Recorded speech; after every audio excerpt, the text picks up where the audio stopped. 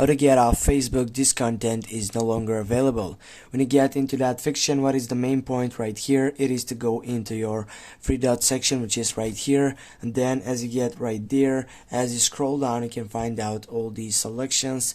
And as you go on the right point or help support center, you're gonna find out all these selections.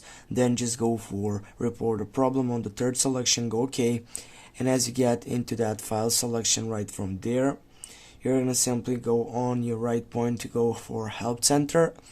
And as you get and choose your future system, which is the main point for your side list setup, it is on the right selection, which for getting up or going to the main point, which is from the side selection, which is called side list for privacy.